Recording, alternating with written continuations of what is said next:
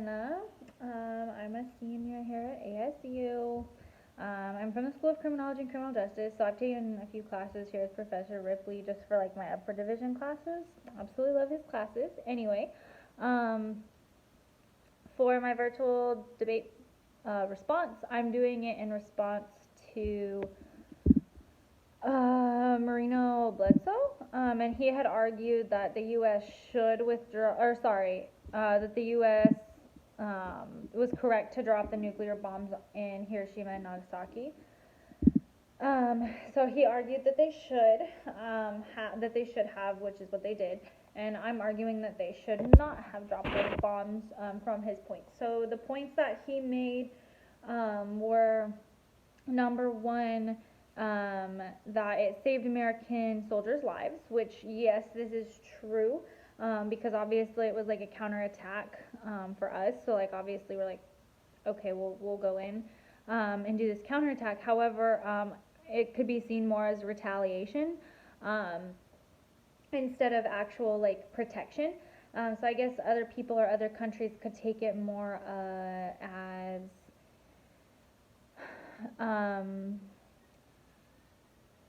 like the U.S. is just trying to get back at them for killing all their soldiers. So instead of the U.S. is just trying to protect their soldiers and they're just trying to protect their people, they could see it more as, oh, well, you actually physically went over to another country and bombed them. Like, obviously at first they were an initial threat at Pearl Harbor, but ever since then they weren't a threat after that, which is why I think that the world could see it a little bit more as retaliation than protection.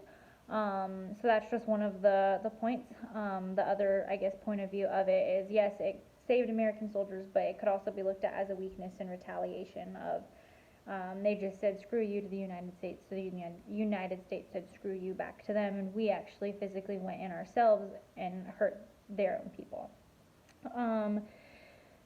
The second point that was made that it also saved the soldiers in Japan. Excuse me, sorry.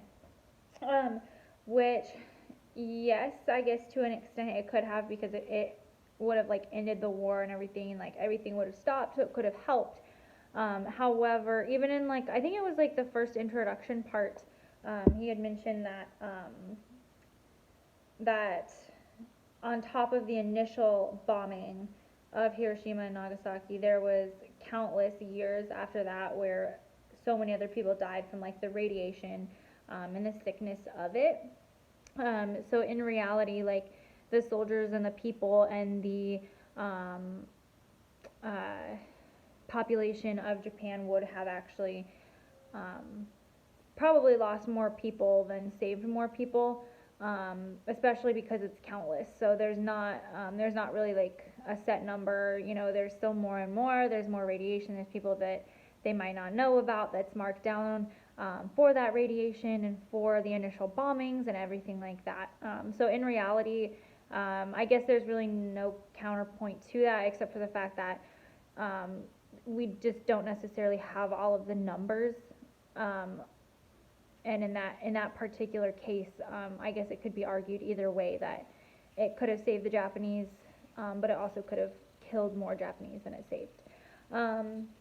The third point that was made was that it was going to like kind of show the Cold War and everything, and it was going to kind of be a start to that.